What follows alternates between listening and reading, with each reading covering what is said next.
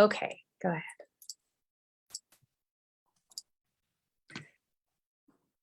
Okay, welcome everybody to Northwest Indiana Green Drinks. I'm Nancy Moldenhauer. I'm one of the co-founders and also team coordinator for this event this evening.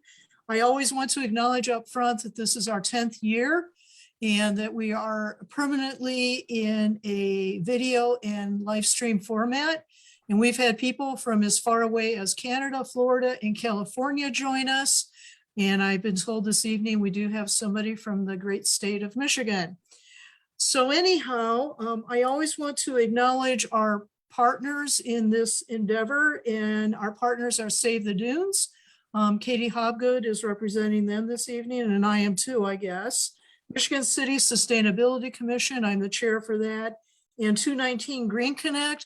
That's Kathy Sippel's group, and she's the one who provides us with our social media and our MailChimp platform. So we're able to keep connected with all of you and let you know what we're doing and what's going to be happening next. We have some special hosts this month, 95.1 FM, AM 1420, WIMS. I've been calling in the week before our events, and they've been really great about giving me the opportunity to chat up what we're doing and to let people in our community know about other green events that are happening. Northwest Indiana Paddling Association, thank you, Dan, and also Eric for representing them this evening. And Northwest Indiana Regional Greenways and Blueways, they're the people that put out the Greenways and Blueways map with NERC. So wanted to give a shout out to them also, because that's a wonderful resource for us to be able to have for those of us that paddle. So let me see, without further ado, I'm going to let Katie go through our housekeeping items. And that's just so we're able to have a smooth evening and everybody knows when things are going to be happening and how it's going to work.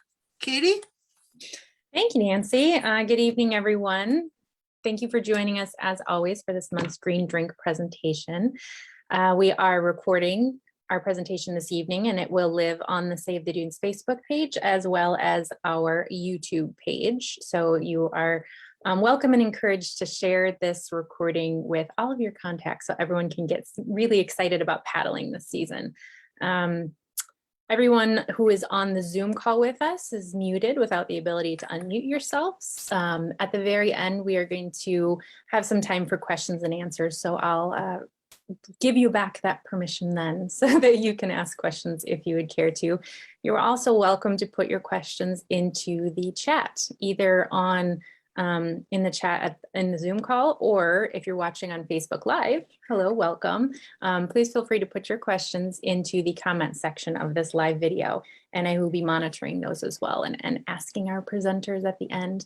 And if you are not watching live and you have questions, please feel free to continue to ask questions, and we'll try and follow up and get you those answers.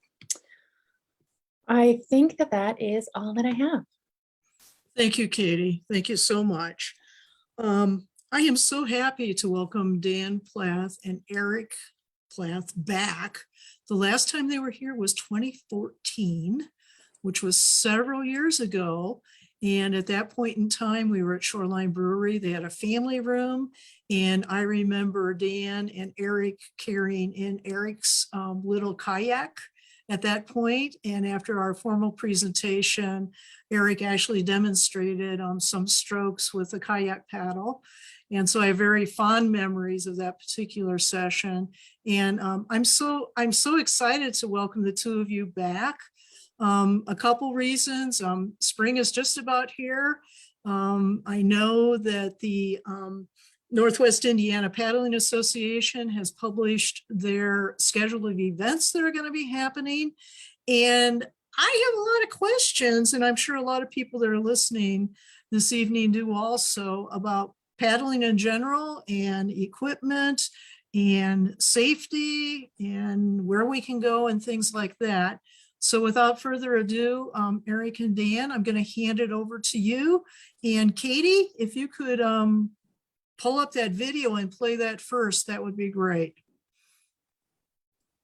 Absolutely. Is there anything you want to start off with, Dan, before I get this going? Yeah, I just want to thank everybody for joining us. Yeah, I was thinking about that. Eric was actually 8 when we did the last green drinks together. So he's grown a little bit since then. Has helped start his own business building canoe paddles and stand-up paddleboard paddles. So, but yeah, it was a great experience before. And thank you so much for inviting us back. So I thought a good way of telling the story of Eric's paddle company is actually a video that Lakeshore Public Television put together last year. They came out and interviewed him in his workshop, and I think it does a much better job than I think I could say. So without further ado, Katie, if you don't mind playing that, and then Eric has he's going to tell a little bit about what he does with the Plath Paddle Company, and then I'll talk about Northwest Indiana Paddling Association, give some updates around that, talk a little bit of safety, and point out some resources for folks who are interested in paddling.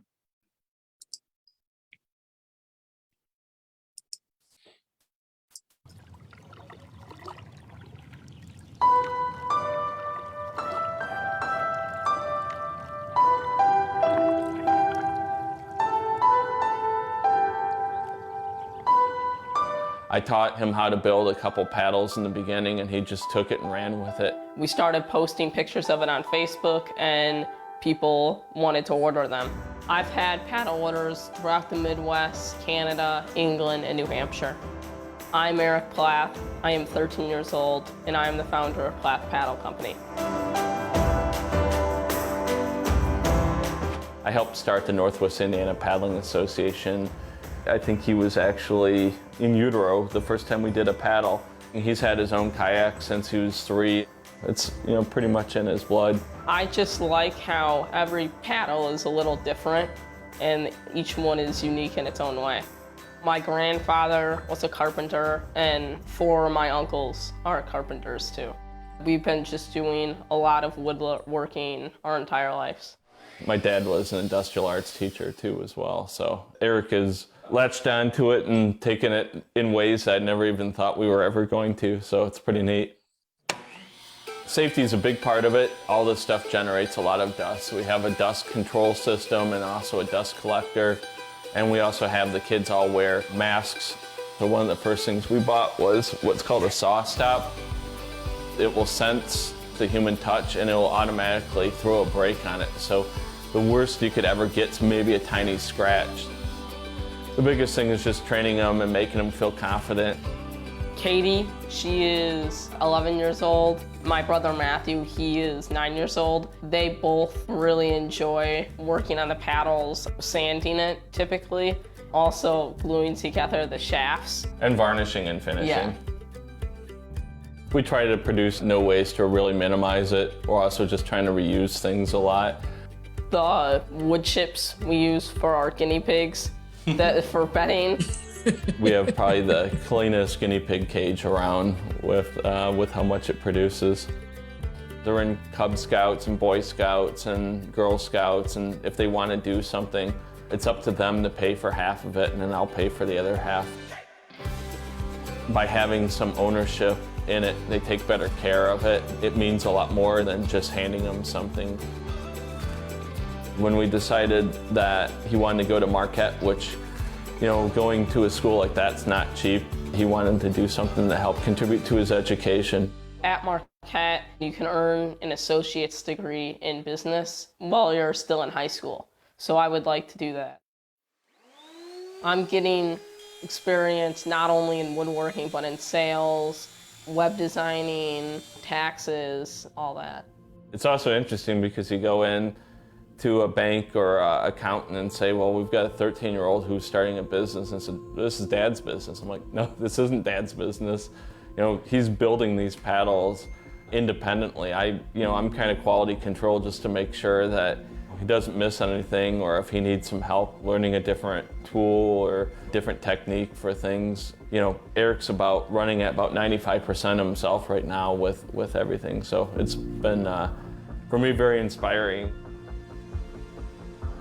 Everybody is really loving them. They say they're too nice to use. They're just hanging them in their houses as decoration, and then occasionally they're gonna go out and use them in the water. They're really kind of a functional piece of art. It's been really outstanding to see him take this and run with it. Been really fortunate because one of the things I've really tried to instill in all of our kids is that independence, and when you have work, go towards the work. Don't go away from the work. Being lazy is not an option in our family.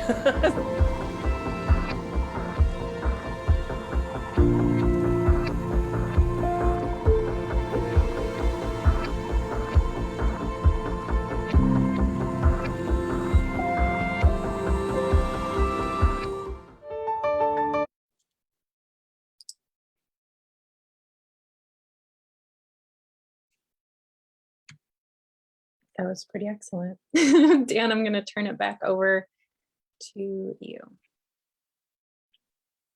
Yeah, thanks so much. Yeah, the sound was pretty good. It was a little jumpy. I had a couple frozen looks that were strange, but it was good.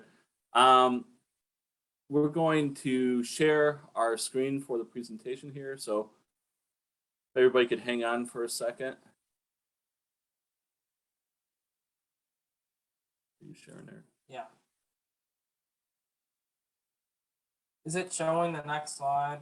Nope, it looks good. Okay. It's working? Okay. Okay. I'm Eric Plath. I'm 14 years old. I go to Discovery Charter School, and I founded Plath Paddle Company.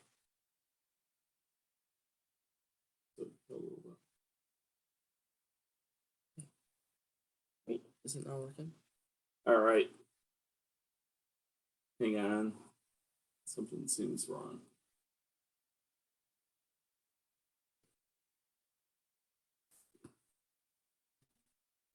Okay. Do you see that? Yes. Okay. So these are some pictures of the different paddles and me delivering some of them, and then the link is on there for the YouTube video we just saw.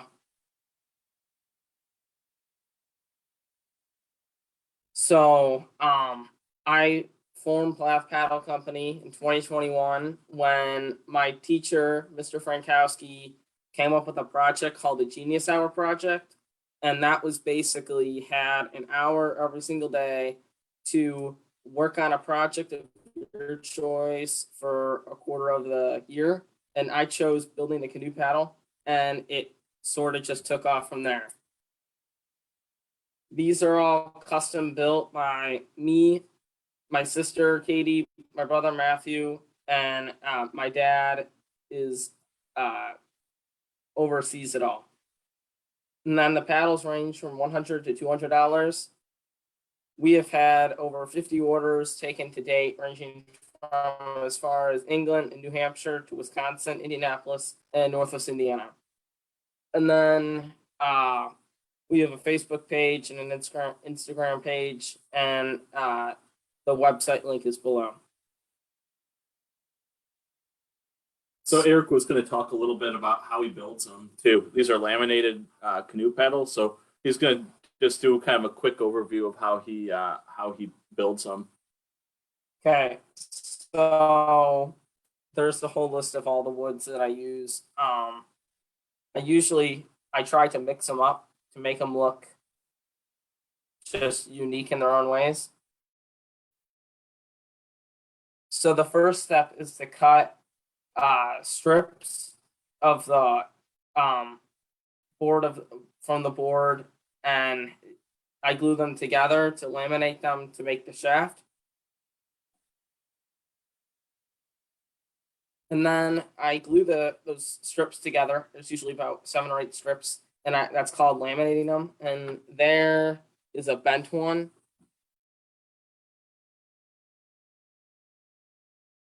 And then after that, after it's sat for 24 hours or sometimes longer, to round it, I use a router table, and then I sand it to make it smoother.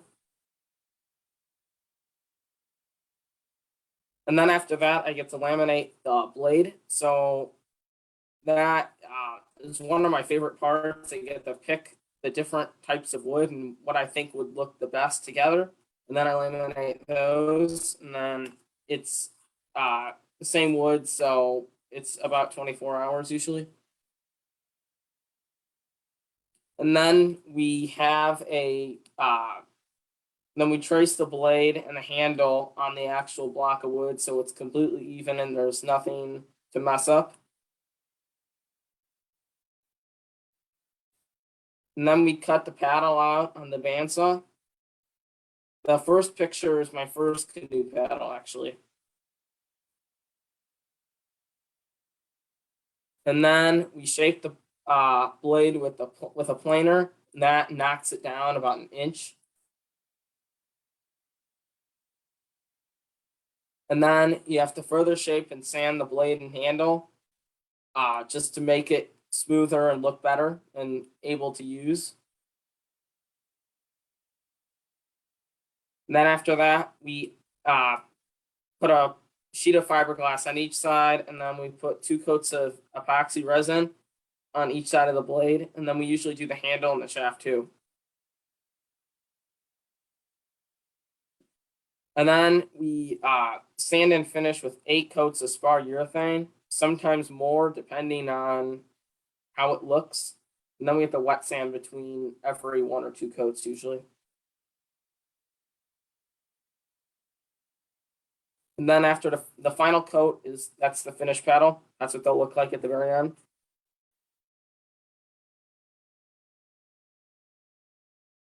So to order a custom canoe, stand-up paddle, board paddle, or a t-shirt, please contact me. That's my phone number, or at my email. And then that's the company website and Facebook page. So are there any questions?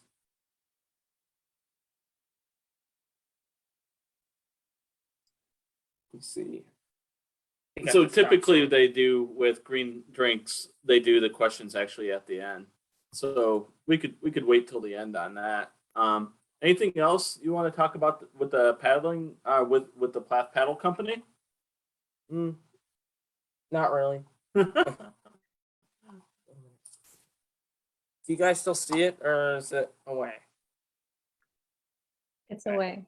And I don't have a question, but I do want to give a shout out because I'm representing tonight, and this is actually my favorite t-shirt ever. It's the best tie-dye color, so you got to get yourself a t-shirt.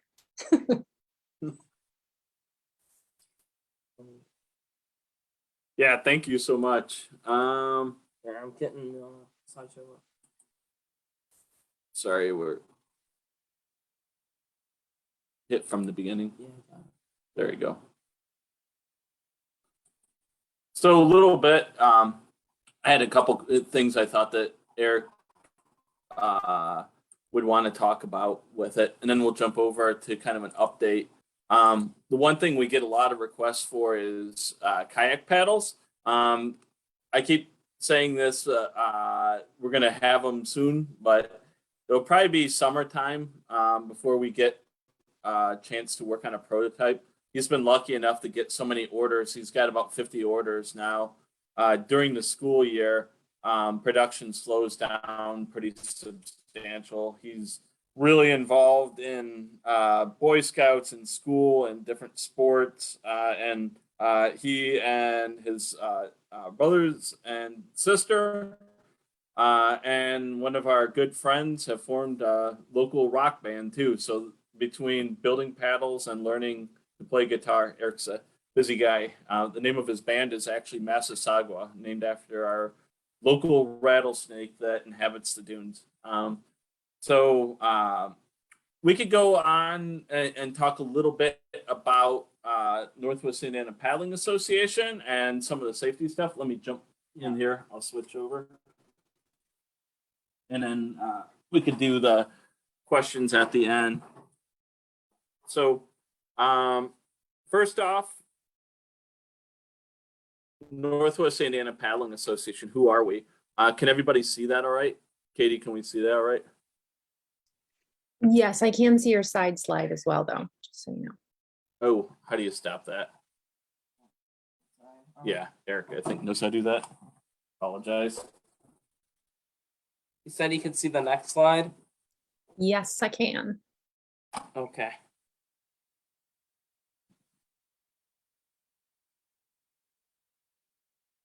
Okay, is that better?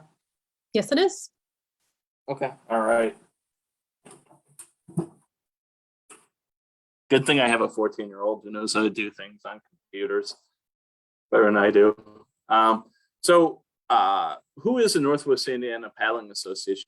So we started the Northwest Indiana Paddling Association. Actually goes back to a watershed effort based out of Michigan City in 2007.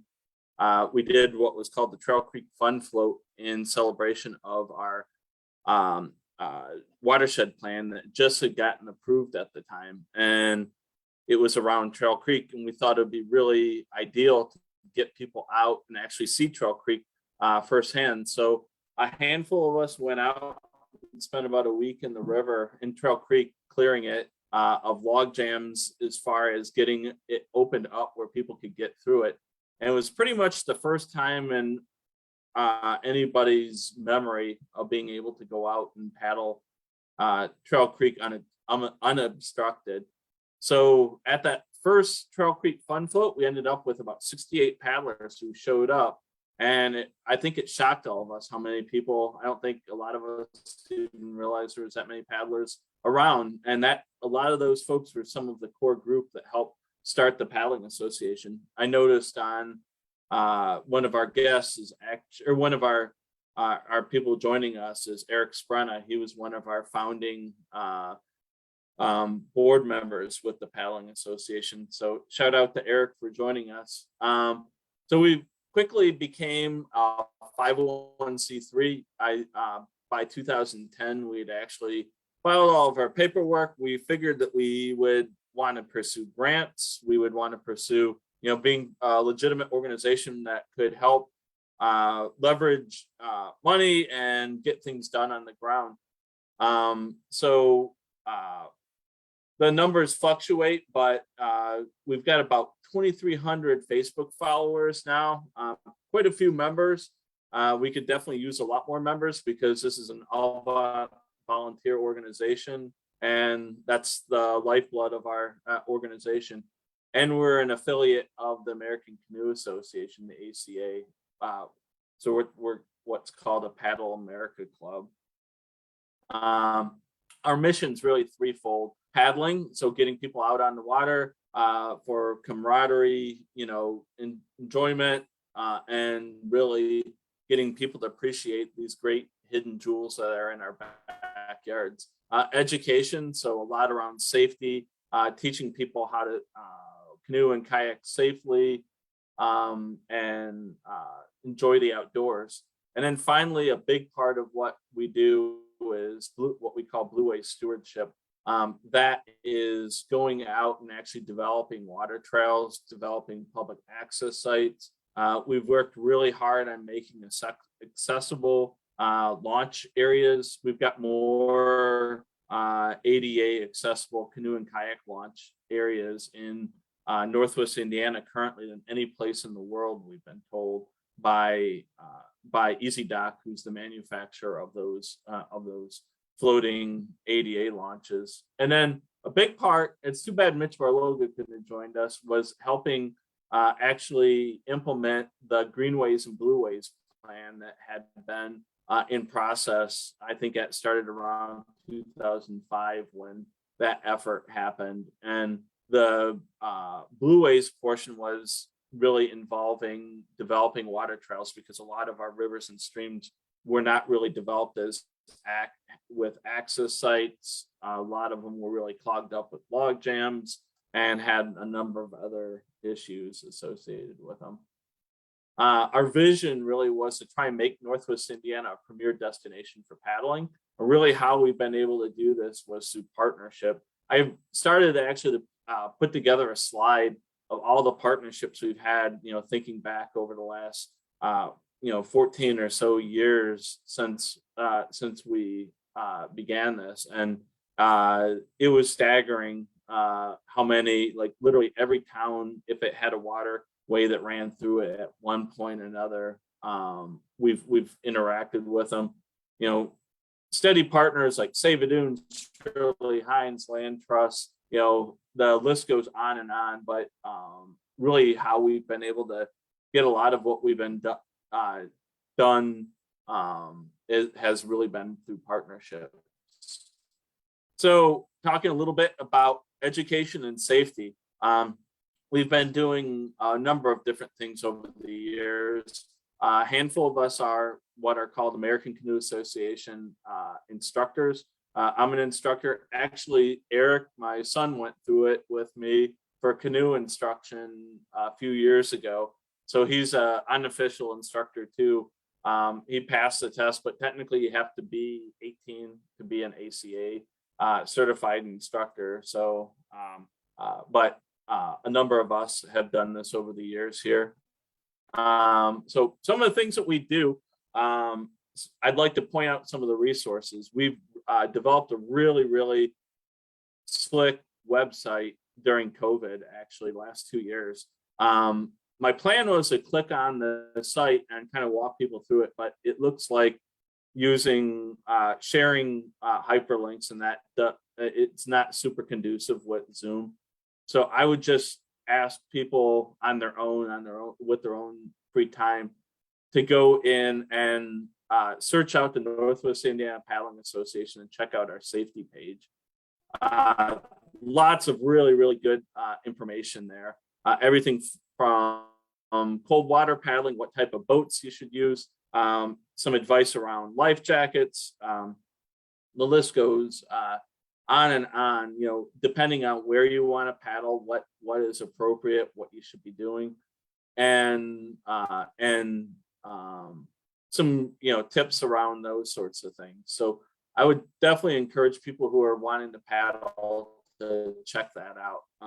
The next thing we continue to do, a handful of us who are instructors do with the Dunes Learning Center Adventure Camp for Teens. We work with Boy Scouts, Girl Scouts, a number of different organizations over the years. We'll probably do some with Boy Scouts and maybe Girl Scouts this year too as well. We do classes. We actually haven't set our schedule yet, but we should have that real shortly for canoeing and kayaking classes that we offer during the summer. And those are posted on the NWIPA website. We have put together a safety rack card. So one of the big problems that we have in Northwest Indiana is people go out to Menards or some of these big box stores and purchase boats that aren't really appropriate for Lake Michigan, and then go out in Lake Michigan. And unfortunately, we've had a handful of drownings around the Great Lakes almost every year from people not using the appropriate type of watercraft or paddling way beyond, in conditions that are way beyond their capabilities. So on the next slide, I've got that example of what we have for our rack card around that safety issue. And then finally, Wilderness Inquiry. We've partnered with Nicole Messakar, the Dunes Learning Center, National Park Service, a number of different organizations who put on this Wilderness Inquiry canoe mobile, which I think is almost 10 years of the canoe mobile visiting Northwest Indiana. It usually puts out between like 3,000 and 5,000 kids, local kids on the water and experiencing canoeing in these big Voyager canoes. So it's been a really, really cool adventure seeing this going year after year, and somehow or another we seem to be able to sustain it. Here's the rack card that we put out. So it talks about the different types of boats. So if you look at the very bottom, the touring sea kayak, that's really what's appropriate for Lake Michigan. Above that are a couple different types of recreational boats. And the problem with those rec boats, especially the middle one, is they don't have sealed bulkheads. So if you catch a wave wrong, I've actually demonstrated this before with some of our classes, that boat is on the bottom of the lake within literally a matter of seconds, and it's almost impossible to self-rescue in a boat like that. Believe it or not, that top boat, that recreational sit on top kayak, a lot of them are pretty much unsinkable. So I wouldn't encourage people to go out in rough seas or anything like that on Lake Michigan with it, but that's actually, if you didn't have a touring sea kayak and you did go out and play on the lake a little bit, that is a safer boat than that middle one, which that middle one is what you'll find most common around here. Those are like the $150, $200 Menards specials. The top boat, a stronger person can usually get themselves back up onto it. So I'm normally not a huge fan of the sit on top kayaks just because they're not quite as comfortable and fast, and some of them are, but they do have their place, and they are a little bit safer if you want a cheaper kayak. But I definitely caution people about going on to Lake Michigan. Make sure you know what you're doing, and take a class with us, especially. So some of the tips are on there. Obviously wearing a life jacket at all times. It's one of our biggest rules with the paddling association, and beyond our events. Almost all drownings statistically have been shown to be tied to folks who are out paddling without a life jacket. I've heard about 90% of the drownings in boats typically are with people with no life jackets. Avoid conditions. Lake Michigan changes rapidly. The conditions out there very fast. Get your training, and also learn about safety equipment. All that stuff is actually on our website too, as well, with the Northwest Indiana Paddling Association.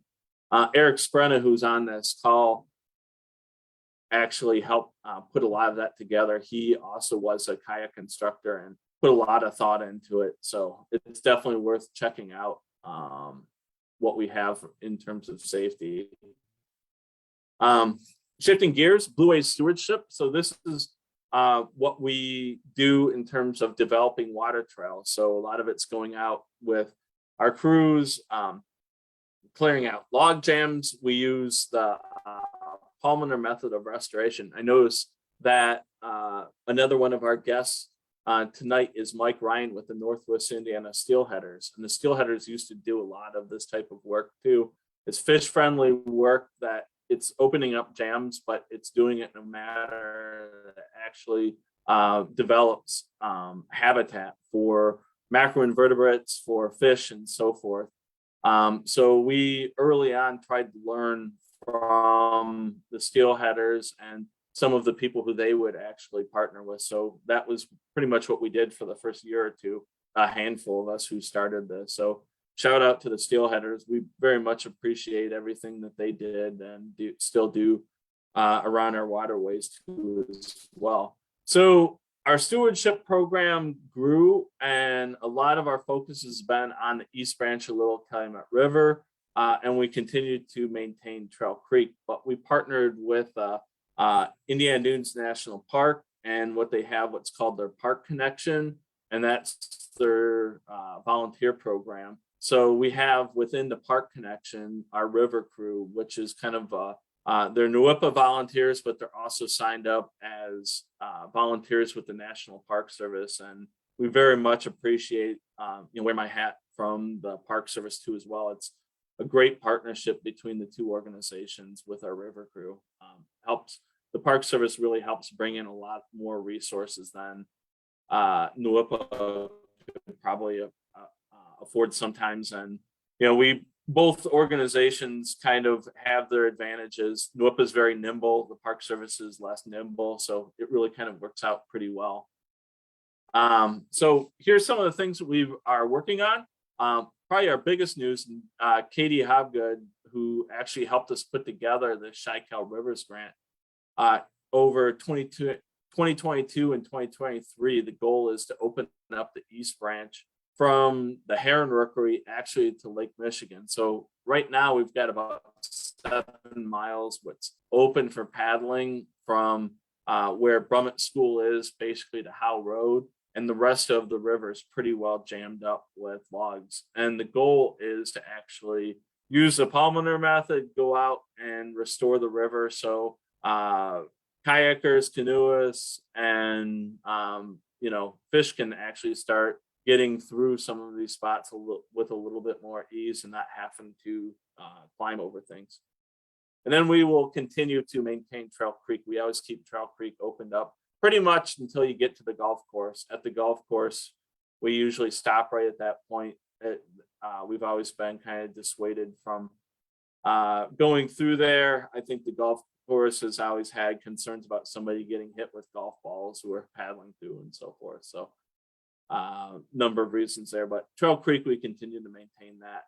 And actually, one of our key people who is our Blue Waste Stewardship Chair went out and scouted Trail Creek yesterday and said it was pretty good shape. There's a few little jams here and there, but right now you can paddle it without getting out of your boat all the way up. So we're going to be doing some maintenance soon on that, but the bulk of our work hours is on the East Branch of Little Cal. So here's a Little Cal. Here's a handful of our partners, our key partners, Save-A-Dunes, Shirley Hines Land Trust, which has actually gotten the East Branch designated as a conservation corridor in Indiana. We've partnered with the Stormwater Management District of Porter County on this grant, and the National Park Service too, as well, has been kind of a key partner. So for about 7 years, we've been working on developing a water trail on the East Branch of the Little Calumet River. We've got an ADA launch an accessible launch at Howe Road. Shirley Hines also has ones that are not fully accessible, but improved at Brummett, as well as at their Keith Richard Wallner Nature Preserve close to St. Pat's. Shirley's big contribution, besides helping out with that, is actually preservation and conservation of that corridor, the land to lawn there. It's amazing how much since 2010, how much land that they have acquired or partnered with different folks to lock up for public access for conservation purposes. Isaac Walton League is another one that has done a lot of good work in the watershed too as well. And they continue to target key properties along that river corridor for conservation.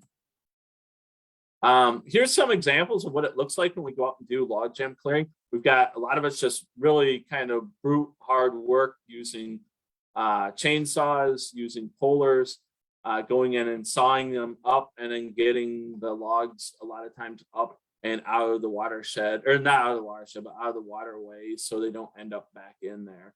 We usually try to kind of spread them out into the forest is the ideal thing when we do a lot of this work. So finally, the fun part of it. So paddling, getting people out. This was from our bison paddle, our Kankakee bison paddle last year, which was on Willow Slough. First time we did this really popular event, we partnered with the Nature Conservancy. So we paddled on Willow Slough and then went by and saw Indiana's bison, which are nearby at Kankakee Sand. So that was a really cool event. Unfortunately, it'll probably be a couple of years before we can do this event. Willow Slough is an interesting water body. It is maintained by the DNR, and about every 10 or 15 years, they completely drain this large lake and restore it. They have a lot of times problems with aquatic vegetation, so they'll go in and clean it up and then refill it. So it'll probably be about 3 years before we're able to do that event. But people got a glimpse of seeing what Willow Slough looked like, and it'll be really interesting to see what it looks like after their restoration efforts. Few other ones, these are just some pictures from events that we have done in the last year. We did an East Branch of Little Cal paddle actually out of Portage Lakefront Riverwalk. We thought it would be a good idea to bring some attention to that area where there's been a number of spills and issues for the last 5 years or so. So we wanted to raise some awareness about some of the issues that we've been experiencing at the national park and neighboring communities there. So, and then the one to the right is also on the Little Calumet River. Trail Creek Fun Float, that's the event that helped us start it all. That is going to be, I think, our 15th year of the Fun Float. So my wife Vicky was actually pregnant and maybe 3 weeks from delivering Eric the first time we did the Fun Float. So it's kind of crazy to think how quickly time goes by, but it'll be 15 years since we started this effort this year. And then our Everglades and North Paddle, that's over in the LaSalle Fish and Wildlife area. Really a pretty area. It's right on the Illinois-Indiana line on the Indiana side. It really gives you a snapshot, a glimpse of what the old Grand Kankakee Marsh looked like. We plant it when the native hibiscus, they call them marsh swamp mallows, when they're in full bloom, and there's hundreds if not thousands of these hibiscus that grow along the river, and you'll have a chance to experience them firsthand if you ever come and paddle this. And the Paddling Association actually brings out boats at almost every one of our events. So even if you don't have a canoe or kayak, you can join us and see if it's something you like. Usually ahead of time, we pre-register for those. So here's our list of events for the year. We're going to be doing our Trail Creek Fun Float on the 25th of June. We're going to do a moonlight paddle on Lake Michigan for members on July 9th. One, we're trying to, we don't have all of the kinks worked out in it yet, but on the Illinois side of the Little Calumet River, it has a very interesting history as part of the Underground Railway on the southeast side of Chicago. So we're talking and trying to partner with some folks who are developing a underground railway water trail on that section of the Little Calumet River. We're going to be doing a LaPorte Lake Fest again at the end of July. We'll do our Everglades paddle in August. We always do a race on Lake Michigan for our more hardcore sea kayak and surf ski racers who come from all over. A lot of these folks are Olympic caliber paddlers who come and join us here. So it's really fun to see that. Indiana Dunes Outdoor Adventure Fest in the National Park and surrounding areas. That's going to be the weekend of September 11th in the Chesterton Porter area. We'll be doing a paddle there. And then we're hoping to do our Sandhill Crane paddle again. We had to put that on pause with COVID for the last couple of years, and we're hoping to resurrect that this year. And we're also talking about doing some Marquette pond or some of the Marquette Park Lagoon paddles too as well this year. It's something that the National Park actually helps spearhead some of those things. And then finally, a couple last slides, and we could take some questions. Places to paddle. So I would refer people to check out our website again. Eric Sprenna, a handful of other really dedicated board members have put a lot of effort into the website and have lots and lots of good information as far as where the access sites are, where everything is located, what some of the amenities, if there's water, if there's bathrooms, a lot of these places have or don't have. And you can actually go right to our website, nwipa.org, for finding that, and look under places to paddle. So some of the great places that we have, some of these little jewels, hidden gems that we have, Trail Creek in Michigan City, near and dear to my heart, really the place that helped start the Paddling Association. If you have never experienced Trail Creek, it's wonderful. It starts out as a very urban paddle. You're starting out right at the NIPSCO plant where it joins Lake Michigan, where the lighthouse is. And by the time you're a couple miles up, you might as well be, feel like you're 100 miles out in the country because it becomes so remote and forested in the upper reaches of Trail Creek. So it's a really wonderful paddle. East Branch of Little Calumet River, lots and lots of work and effort has gone into that.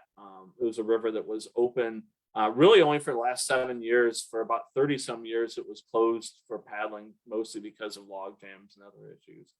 Kankakee River National Water Trail, we helped spearhead that effort and get National Water Trail designation about 5-6 years ago for the Kankakee. Lake Michigan Water Trail, which is, we helped spearhead a National Recreation Trail designation, and we're hoping to kind of dust some of that off right now with some of our neighboring states and keep that effort going. The Lakes of LaPorte paddle, or Lakes of LaPorte Water Trail. A lot of our paddles actually feature these different places. So there's kind of a chain of lakes over in LaPorte that you can check out. Some of them are disconnected and some are actually connected. Portage Lakefront Riverwalk, which is part of the Little Cal system, the Burns Waterway, is a distinct place where you can go out into Lake Michigan as well as up paddling several miles upstream on Portage. Rogers Lakewood Park, and there's a whole chain of lakes around Valparaiso that are worthwhile checking out. A lot of them have very clean water. Some of them don't have a lot of public access, so check out our website because it'll point out where the access sites are. Deep River and Lake George, there was an effort that changed some of the water level there, where there is an old dam that was taken out at Liverpool Road that has affected paddling there. So it is a new change, and it's not fully understood what the effects are going to be on paddling for that. So we're going to try and do some scouting this year because it did drop the water level when they took that dam out this year. So it did have a little bit of an adverse effect on paddling, but it will be interesting to see what the next few years will, what will happen with Deep River. And then above the dam at Lake George is always a great place to go canoeing or kayaking. Wolf Lake and Cedar Lake are also great places.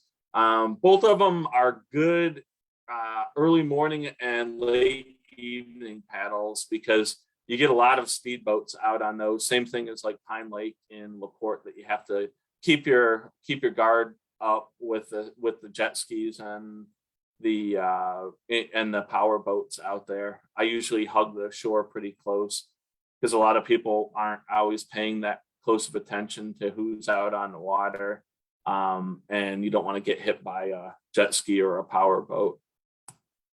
So finally, what can you do to help support the Paddling Association? So membership, we're an all volunteer membership driven organization, and we also seek grants, but really our bread and butter is our members. So I'd encourage people to join the Northwest Indiana Paddling Association.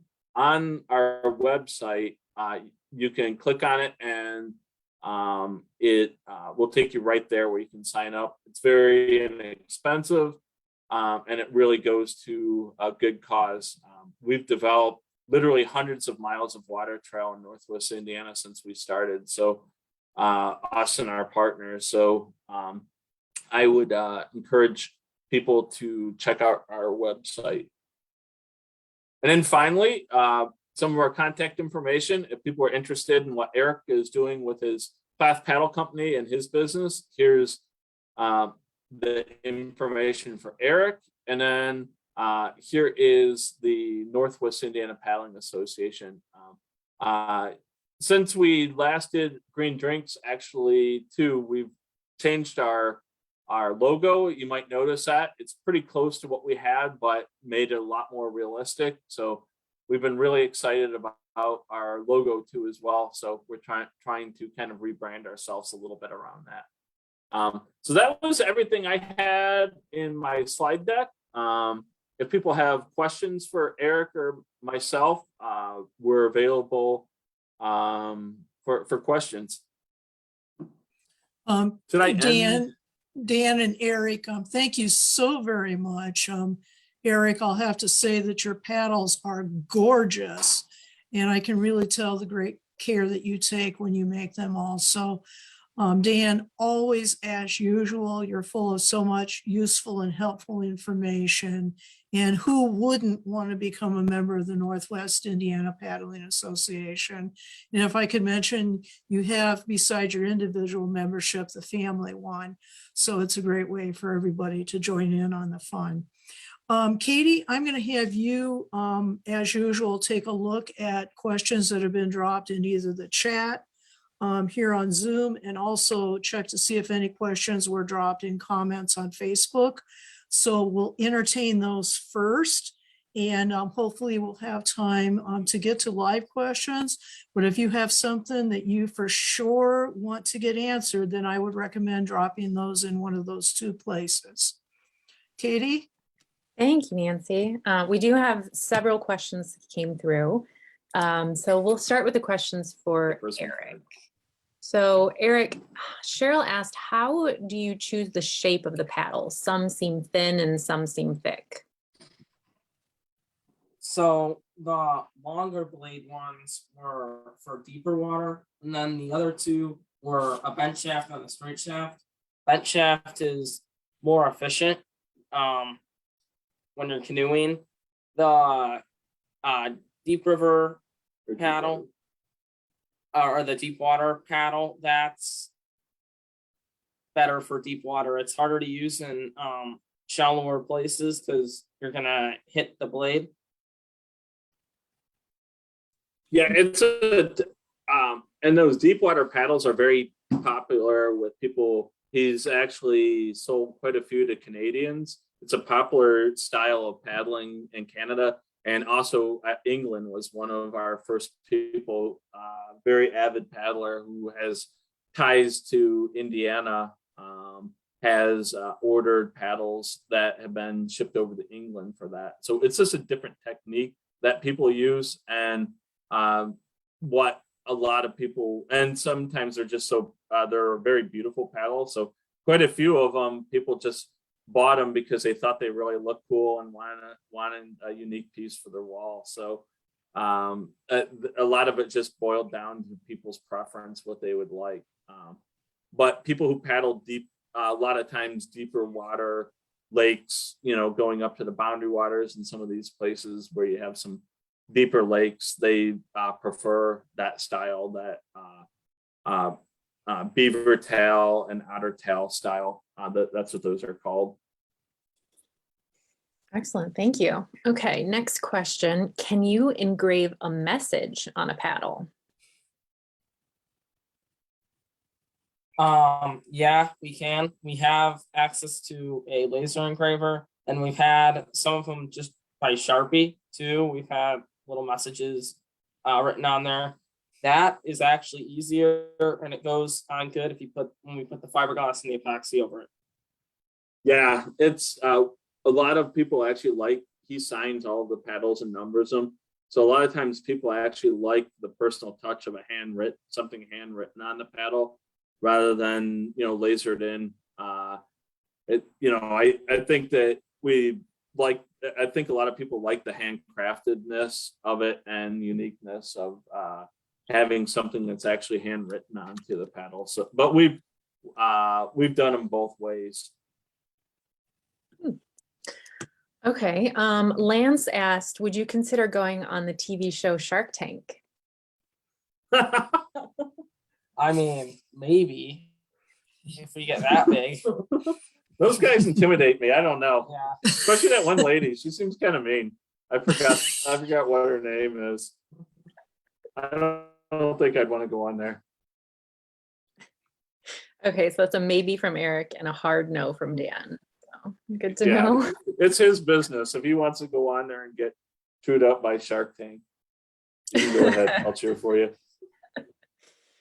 Okay, Tracy on Facebook asked about kayak paddles. I know you mentioned that early on, but would you mind going over that again for folks who joined a little bit later? Are you going to be making any kayak paddles? Hopefully sometime. really busy and I've been trying to work on them, but keep getting more canoe paddle orders. Hopefully the school year is almost over, and hopefully in the summer I'll have a chance to experiment with one and hopefully get them going. Okay. How many man hours does it take to complete a paddle? It's about 6 hours in total, but over 2 weeks, because it's like gluing for 30 minutes, shaping for 30 minutes. It's not all at once. About 6 to 8 hours. It Yeah. depends on, like, the stand-up paddleboard paddles take a little bit longer. The bent shafts take a little bit longer. But yeah, about 6 to 8 hours. Okay. And what is your wait time when somebody orders a paddle right now?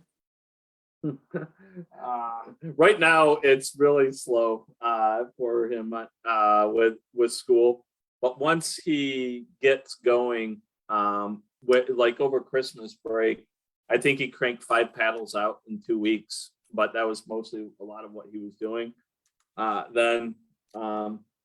So right now, it would probably be about a month would be my guess. Yeah. But once summer hits, he'll have a lot more time. But we've got folks, unfortunately, been waiting several months. But Eric's got two big interests: his guitar and his paddle building, and I think both of them compete for his time.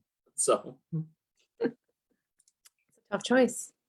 Okay. I think that for now, that's it for Eric. I'm going to move over to Dan. So the education and safety rack card that you were showing us, where can people get a copy of that document? You know what? Actually, I could email folks. I do have a bunch of the rack cards still.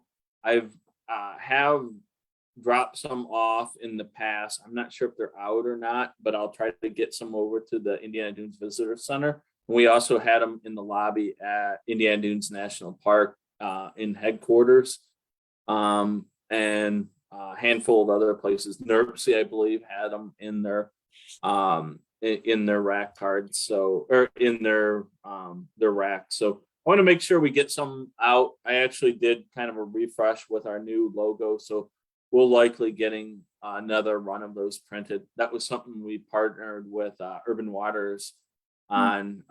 Natalie Johnson actually helped us spearhead that several years ago when we put that rack card together with Sea Grant, with a grant from Sea Grant. Okay. Would you be okay putting your email in the chat at some point? So if people want to reach out and get Yeah. it? Okay, great. No problem.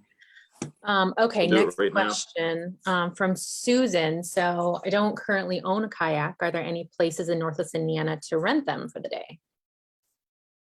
So that's a good question, and it kind of fits in spurts right now. But right now on Trail Creek, the people who run the Mita 2, that's the tour boat, have rental service there. So you can rent there at Trail Creek. There's also at Wolf Lake, the Port Authority has some kayaks that they rent out there. And then a good friend named Justin Shore with Shore Adventures, he is working on trying to get something going where he's actually going to have guided kayaking tours in Northwest Indiana, hopefully this summer. He's been doing guided tours for many years, I think 15 or 20 years, in Everglades National Park and Lake Yellowstone. But Justin is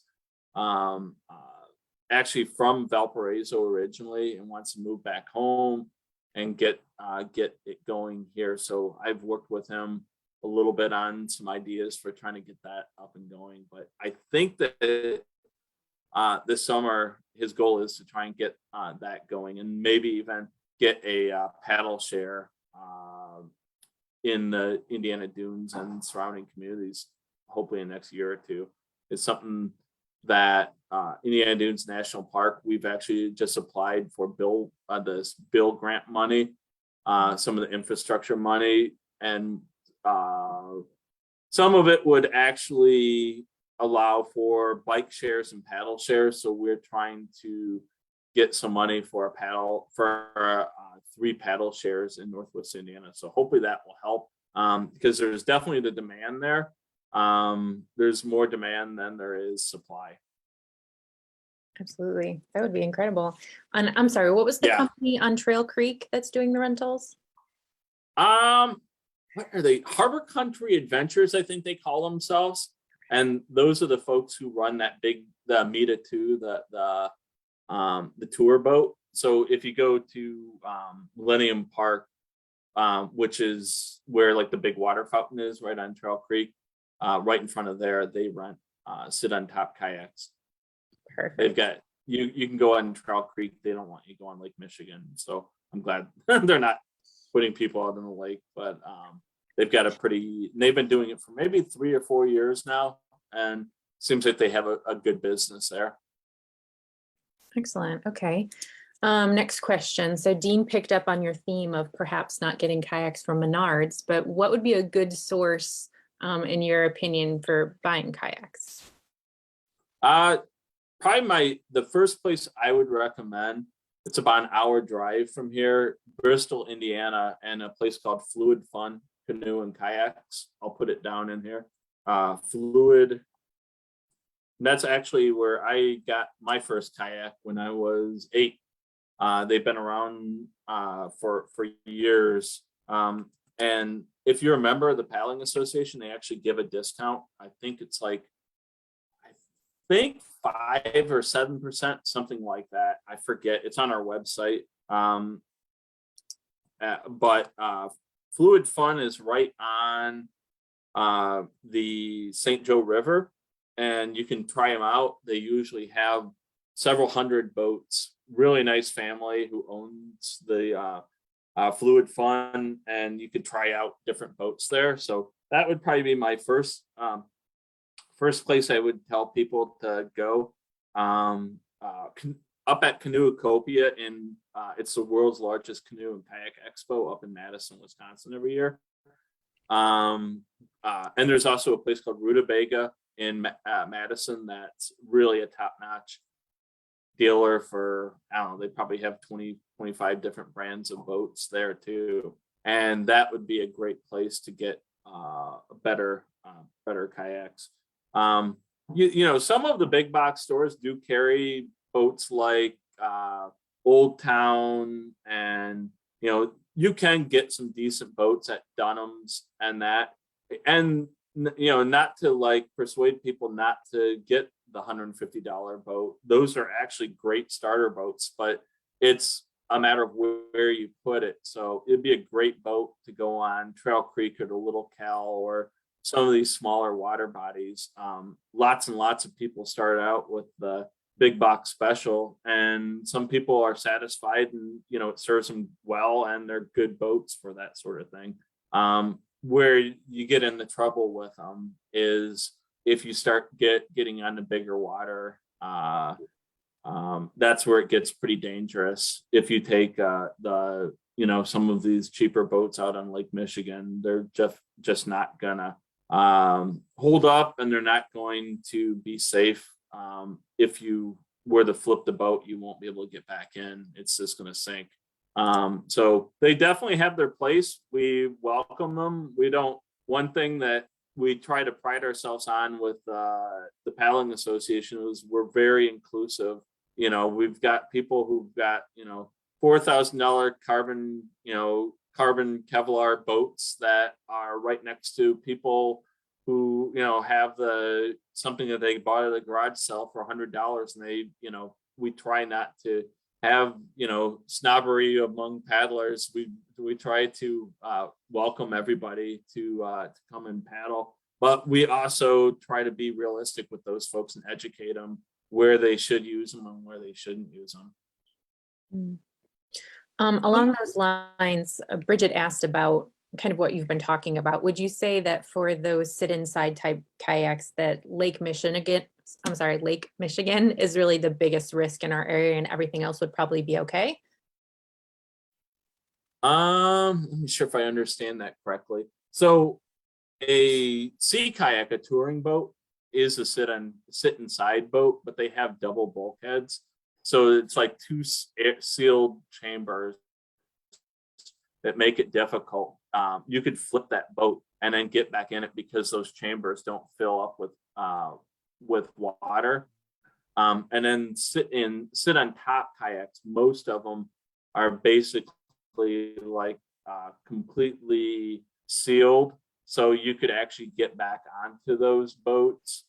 So they are decent for some conditions. I wouldn't encourage going out in the rough water with some of those real small boats, because it still might be hard to re-enter. But the shorter, what they call recreation boats that are sit inside but don't have the bulkheads, those are the ones that you can get into trouble in really quickly on big water like Lake Michigan. Hopefully that was clear. Yes, sorry if I made that clear. Katie, if I can. No, interrupt. I'm not sure if I was clear. Katie, I think we're down to the point where we should probably take one more question and then move into announcements. Sure. Yeah. As it happens, we have one more question. So perfect timing. Adam asked if you could speak a bit about paddling and having disabilities. So we try to, a lot of it depends on the type of disabilities. I went and got trained in universal paddling or adaptive paddling several years. I think it was 3 years ago. It was right before COVID hit. And a lot of it boils down to what your level or degree of disability might be. So we've got accessible canoe and kayak launches and have had people who successfully and routinely come out and paddle with us who use wheelchairs. We've had one of the people who really inspired us to get most of our accessible launches in was a good friend that had lost her leg to cancer, and she would Lori Kovitz, her name was. She's since passed, but she was really inspirational for us to get these launches in. So a lot of it boils down to the degree of disability. So, I really do feel that water is a great equalizer in a lot of respects. There's very strong paddlers who are as good, if not better, than a lot of people who are, bipedal. And, when they're on the water, you would not know any difference whether or not they have any sort of disability if they don't have any issue, especially with their upper extremities. But when I went through my class, the certification class for universal paddling, there are adaptations what you can even make. We worked with veterans. Some of them had maybe had their hands amputated or arms amputated.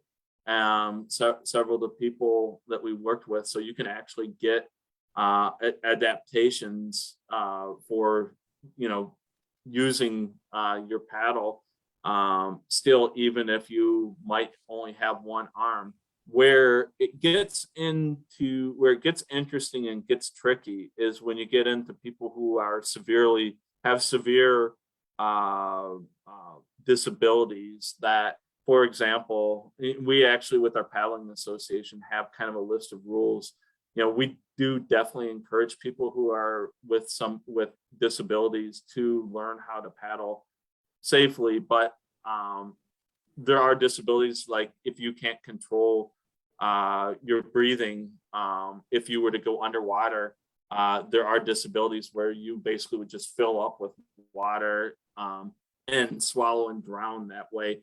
Those sorts of people, unfortunately, need a lot more work and attention because of the innate risks of getting on the water. And I would encourage those people to work with somebody with a adaptive paddling certification. And there's a handful of them around the country that folks will do that. I have done it in the past. I don't have any any plans this summer for classes with that, but if we did have somebody who had a great desire to get on the water that would have a disability, I would be happy to talk with them and maybe work with them to see if it's something that we could help them with. So a lot of it takes pool. You have to find sometimes a swimming pool to work with people in. It's not like you can just go out to Lake Michigan and jump on a boat and take off. It takes, depending on the level of disability, it takes some time and practice, and getting them comfortable to be on the water. And a lot of times we'll pair them up like in a tandem kayak instead of just going solo. So we've taught, we would do an event with blind paddlers over on Marquette Park for several years. We've been doing that, and that works really well with the tandem kayak too as well. So Dan, hopefully that thank you. answered that question. Yeah, Dan, thank you so very much for being a wealth of knowledge. And I have been told that the water is the great equalizer for people that are paraplegics, because they can interact just like any of us are able to interact Exactly. with the water, and also with a wonderful group of people. A lot of the members I've met who are part of the Northwest Indiana Paddling Association, and I'll have to say it's a really nice, kind, supportive group of people. So anybody that's even a little bit interested, I'd encourage you to join up and then attend, some of the events and try it out. I am all about safety, so I'm going to mention something that I just learned recently, is that people who are work in the rescue operations have requested people to put their name and contact phone number on their kayaks, because sometimes these get away from you in rough water, or you may have had them stored too close to a waterway and they get away during a storm. When a kayak shows up, the assumption will be made that a person has been lost in the lake or the river, and they'll institute a rescue mission, which is time consuming and very expensive. If your name and phone number is on your kayak, then they can call and find out if you're okay. And if you are, then they're not wasting a lot of taxpayer dollars, and they can get your water vessel back to you very easily. So that's my little safety tip for this evening. I want to give people the opportunity to make announcements. I'm going to go first, just because if I don't, I'm going to forget. And hopefully Katie may have something from Save the Dunes. And I did see some people here from Just Transition Northwest Indiana. I don't know if they're still here or not. But tomorrow evening, I am so very excited. There's going to be 2 performances of a play that's called Climate Follies. And this is happening at the Lebesnick Center for the Arts. Jim Poyser, who is he's an environmental humorist. I have heard him perform stand-up comedy, and yes, he is funny, and this topic can be made fun of. And he's not going to be doing stand-up tomorrow evening, but he's written a play. So this play is going to be read and performed at the Lebesnick Center from 5 to 8 p.m. There'll be 2 performances. I invite everybody to come out to welcome Jim to our community. He's really a great guy. His day job is as one of the directors for oh, goodness gracious, Indiana. Oh, Katie, can you help me? Oh my goodness. Okay, that's what happens sometimes. He mentors youth all across the whole state of Indiana in climate action. Is it Indiana Humanities? If I remember right? No, Indiana something. Anyhow. Yeah, I think I know you're talking about. Yeah, you know who I'm talking about. Immediately after that, at 8 o'clock, this is going to be a chance for a Green Drakes reunion, and we'll be able to meet up with Sierra Club, Hoosier Chapter, Michigan City Sustainability Commission. We're going to be having a reception at Shoreline Brewery, our old hangout. So we invite everybody to come over and join us in what's called the Brewers Lounge. We'll have some light pizza there, and you're going to be responsible for your own alcohol. I'm sorry about that. We're just not going to be able to foot that huge bill because we know how much people love to taste the libations over at Shoreline Brewery. So I hope you'll spread the word. Let people know from 8 onward, probably till about 10 o'clock. We'll be at Shoreline Brewery tomorrow evening. So those are the 2 events I wanted you to know about. It'd be great to see everybody face to face. So consider coming out, consider inviting other people to join you or to join us, okay? Katie, do you have anything from Save the Dunes? I do. I have 2 updates for you. The first one, if you have not already, I would like to invite you to take our survey on coastal perceptions in the dunes. We have a project going with Indiana University Bloomington and Michigan State University, where we are focused on evaluating coastal perceptions of natural resources in the Indiana dunes. So as a part of this project, we're conducting a survey that's intended to gather information about the perceptions, understandings, and importance of natural resources and natural areas to the residents and visitors of the Indiana coastal region. So I'm going to put the link in the chat on Zoom and on Facebook. Takes about 10 minutes. It will help us tremendously. And this project is supported with funding from the National Oceanic and Atmospheric Administration and the Indiana Department of Natural Resources Lake Michigan Coastal Program. So greatly appreciate your time in taking that survey and also sharing it with everyone you know. And then the second update is a save the date. So if you're not aware, Save the Dunes is celebrating our 70th anniversary this year. We are so excited, and we are planning to kick things off on June 21st, which is our actual anniversary date. We are going to be doing a hike where it all began at Coles Bog. So it's going to be a really lovely opportunity to engage with us to celebrate this really momentous occasion. We are partnering with the National Park to do some really great hikes. So we are setting up all that information in the next week, and that'll be on our Facebook page.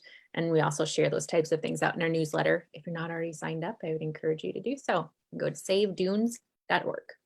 Okay, and Katie, I just want to be sure that June 21st date is actually on a Tuesday. Yes, So, it is. and I'm assuming that's probably a Tuesday evening and not a daytime event? It is going to start at 5:30.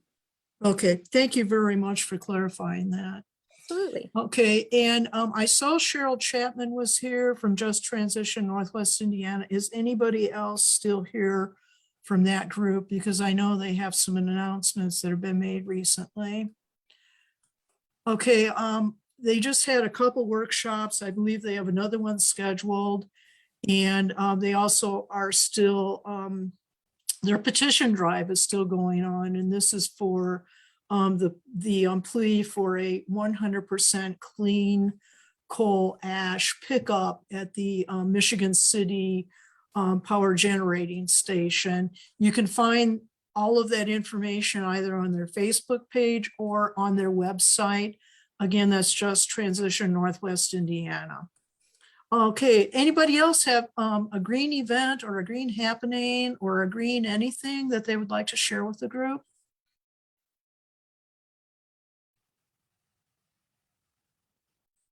Okay, then I guess we're going to call this a wrap.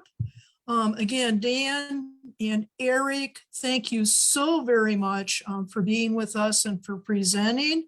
And Mitch Berloga was supposed to be with us, but he double booked this evening for presentation, so he couldn't make it. So I'm going to give a little plug for NERPC. They put out a map that's called Greenways and Byways.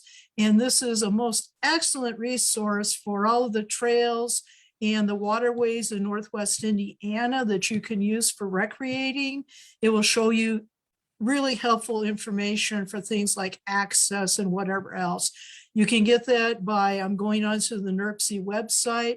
It's available as a download, or you can send an email to them to get a paper copy of that. So I guess it's a wrap, Katie? Yes, I want to thank everybody that's been here this evening. Great to see a number of familiar faces. Ben, you're here from Florida. So I think Ben gets the award for being furthest away. And Dan, your family member comes in second place with that Detroit, Michigan placement. So thank you all very much. Hope to see you next month. June will be our last meeting before we take our traditional break in July because everybody wants to be outdoors enjoying things. So thank you so very much. Have a great rest of the evening. Happy Cinco de Mayo too.